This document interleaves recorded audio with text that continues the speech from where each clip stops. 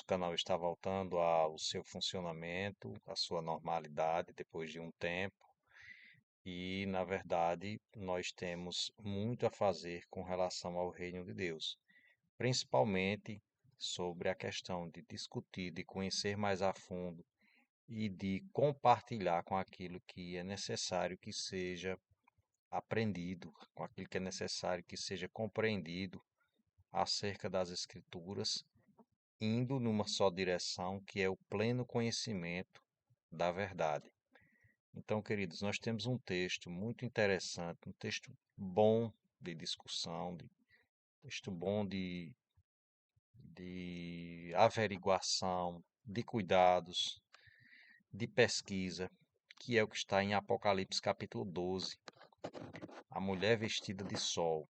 Um texto bastante emblemático, mas que dá margem para alguns posicionamentos. E é importante a gente compreender qual é o verdadeiro e mais aproximado posicionamento que nós devemos, mais aproximado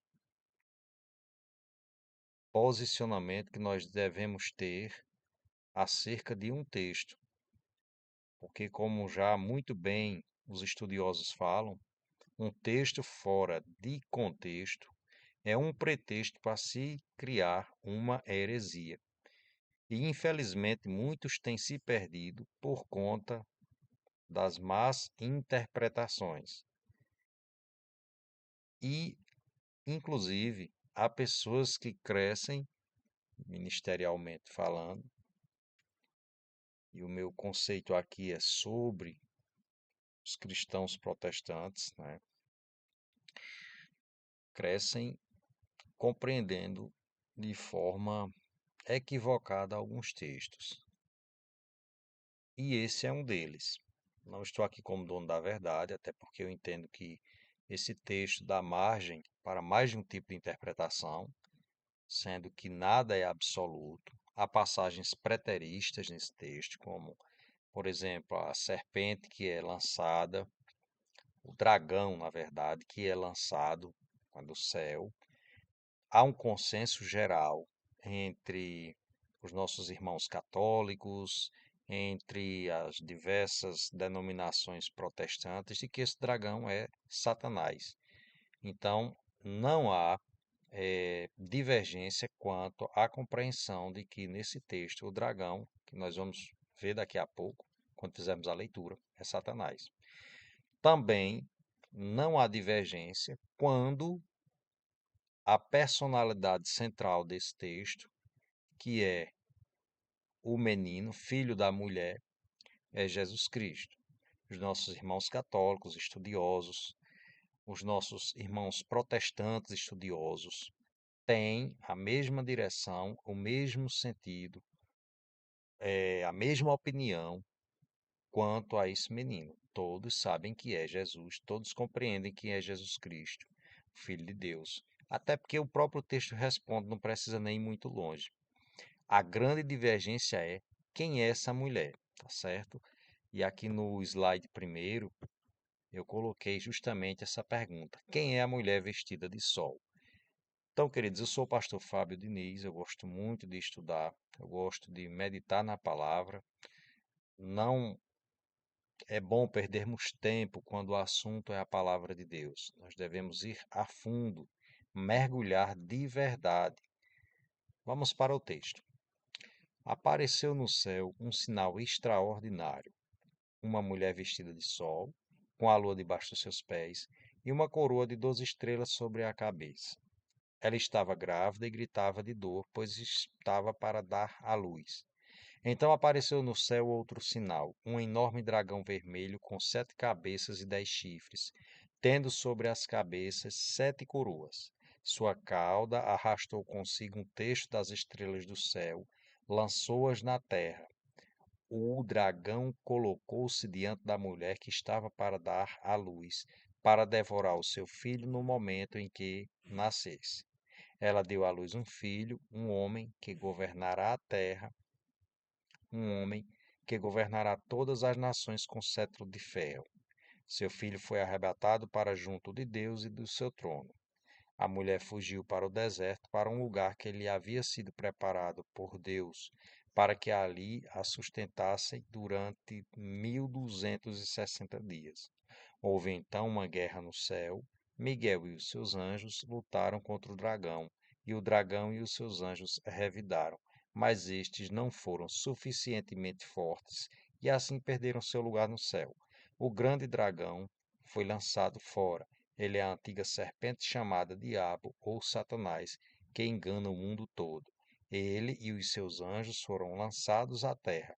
Então ouvi uma forte voz do céu que dizia: Agora veio a salvação, o poder e o reino do nosso Deus, e a autoridade do seu Cristo, pois foi lançado fora o acusador dos nossos irmãos, que os acusava diante do nosso Deus dia e noite. Eles o venceram pelo sangue do Cordeiro e pela palavra do testemunho que deram. Diante da morte, não amaram a própria vida. Portanto, celebrem os céus e os que neles habitam. Mas ai da terra e do mar, pois o diabo desceu até vocês. Ele está cheio de fúria, pois sabe que lhe resta pouco tempo. Quando o dragão viu que havia sido lançado à terra, começou a perseguir a mulher que dera luz, o menino. Foram dadas à mulher as duas asas da grande águia, para que ela pudesse voar para o lugar que lhe havia sido preparado no deserto, onde seria sustentada durante um tempo, tempos e meio tempo, fora do alcance da serpente. Então a serpente fez jorrar da sua boca água como um rio, para alcançar a mulher e arrastá-la com a correnteza. A terra, porém, ajudou a mulher, abrindo a boca e engolindo o rio que o dragão fizera jorrar da sua boca. O dragão irou-se contra a mulher e saiu para guerrear contra o restante da sua descendência, os que obedecem aos mandamentos de Deus e se mantêm fiéis ao testemunho de Jesus. Então o dragão se pôs em pé na areia do mar. Vamos lá, gente. Como já falei anteriormente, esse texto é bastante rico em informações e também em interrogações. Ou seja, o substantivo mulher aparece aqui 8 vezes. 8 vezes. Relacionados a esse ser enigmático.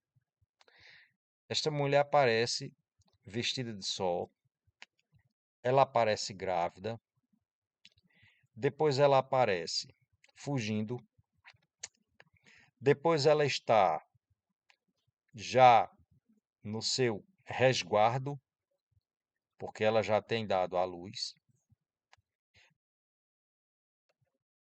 fugitiva do dragão. E em seguida, nós encontramos essa mesma mulher ainda em fuga, escondida. Depois ela recebe um poderio, né, duas asas, um poderio de Deus aqui no símbolo da grande águia, símbolo de poder, para que assim ela pudesse fugir. E no texto também nós encontramos ela na tentativa de dar uma, como nós falamos muito, uma abocanhada na mulher, né? Lançando um rio para a devorar, mas sem sucesso. A sua menção seguinte surge com ela sendo ajudada pela terra e, por fim, ela assiste, ela presencia a uma perseguição ferrenha do dragão contra o restante da sua descendência. Então, nós encontramos aqui nesse texto muitas informações valiosas e, dentre elas, é a pessoa central do texto, que é o Salvador, que é o Senhor Jesus, em concordância com todos, e essa figura enigmática que é a mulher, certo? Vamos prosseguindo. Deixei aqui uma nota de rodapé porque o texto tem sim uma dupla referência por conter algumas menções, algumas situações e fatos que já passaram. Por exemplo, é um fato que a serpente foi lançada do céu na terra. A serpente é Satanás. É um acontecimento, na verdade. Também é um acontecimento de que Jesus já nasceu, ele morreu por nós e já ressuscitou. Isso também é um acontecimento. É também outro ponto de concordância de que, como já falei, como já mencionei entre todos, a situação aí desses anjos, né? Os anjos decaídos, a terça parte que decaiu do céu, é um senso comum de todos os cristãos. Também Miguel, que é mencionado como tendo sido o anjo nas escrituras sagradas que expulsou Satanás, né, expulsou na verdade o anjo de luz, né, o anjo da adoração, rebelado lá do céu. Então esses pontos convergem, né, e a gente vai dar uma sequência. Então o texto contém fatos passados ou pretéritos, fatos que estão enquadrados aí em preterismos e também assuntos que remetem ao futuro, principalmente no campo escatológico. Nós que compreendemos a Bíblia por um caminho dispensacionalista, respeitando as outras formas de interpretação, nós compreendemos várias passagens, as quais eu vou decorrer na sequência desses estudos sobre esse texto e assim enquadrá-los perfeitamente. Quando nós encontramos aqui, por exemplo, essa questão de tempos, durante um tempo, tempos e meio tempo, né? A gente entra aqui no campo escatológico, o período aí de tribulação. Aqui também estão mencionados os 1260 dias, que se enquadra perfeitamente em um cálculo que é feito sobre os tempos do fim. E agora nós vamos tratar exclusivamente da identificação dos personagens principais desse texto. No primeiro sinal surge o primeiro personagem, que é uma mulher. No segundo sinal surge um segundo personagem, que é um grande dragão de cor vermelha. E o terceiro personagem que surge nessa trama textual é justamente o filho da mulher. Quando eu falo aqui na questão de trama textual, gente, se refere a fatos e acontecimentos que são entrelaçados no texto, ok? Então é bom deixar isso claro. Quem são esses personagens? Vamos lá, dois deles são identificados dentro do próprio texto, que é o dragão e o filho da mulher. Sobre o dragão, algumas correntes protestantes reformadas, que nós chamamos de tradicionais, defendem que o dragão é um personagem atribuído ao poder de Roma, que com seu exército perseguia e aprisionava os cristãos nos tempos do primeiro século da era cristã. Mas nós encontramos que o próprio texto deixa clara a percepção de que se trata de um ser espiritual do mal, na verdade, o principal deles, que é Satanás. A grande maioria, quase unânime, de cristãos católicos e protestantes convergem, concordando que este ser é Satanás. Mais uma vez eu enfatizo isso. Quanto à situação né,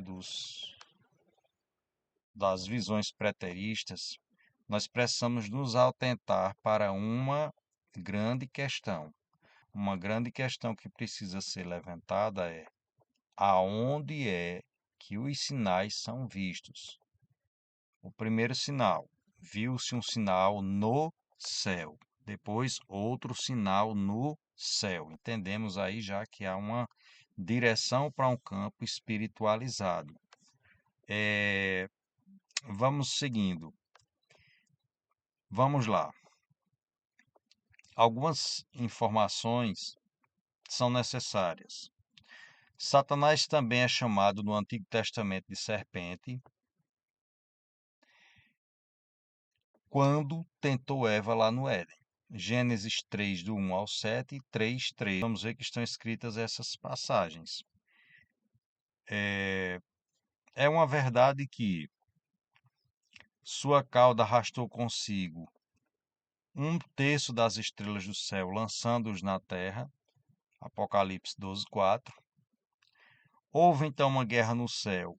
Miguel e os seus anjos lutaram contra o dragão, e o dragão e os seus anjos revidaram, mas estes não foram suficientemente fortes e assim perderam seu lugar no céu.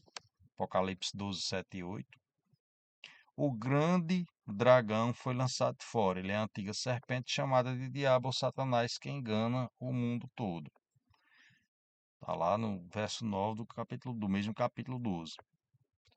Mas ai da terra e do mar, pois o diabo desceu até vocês. Então, veja, essas passagens, elas se enquadram perfeitamente na queda, lá em Gênesis 3, do 1 ao 7 e 3, 13, e se enquadra também naquela profecia do profeta Ezequiel acerca do rei de Tiro, quando o profeta atribuiu a um ser humano, o rei de Tiro, qualidades que só poderiam ser atribuídas a um ser espiritual.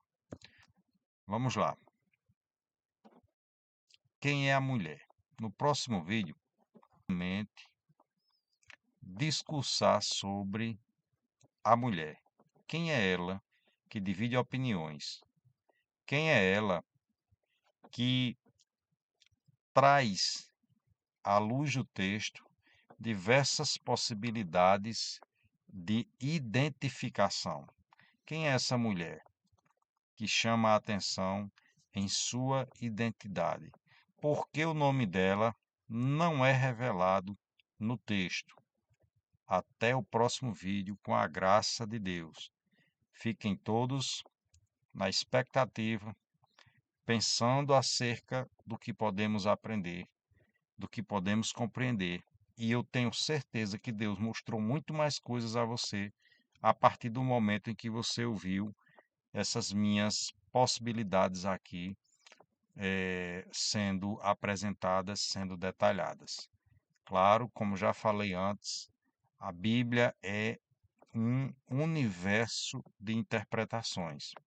A Bíblia é uma universidade completa de informações e de sugestões e possibilidades interpretativas. O nosso objetivo é crescer em conhecimento à luz das Escrituras Sagradas, trazendo a possibilidade de equilíbrio, de organização e de pleno conhecimento da verdade. Nós podemos alcançar o pleno conhecimento da verdade. Podemos alcançar a estatura de varões perfeitos, como está escrito na palavra do Senhor. Até o próximo vídeo. Fique na santa paz.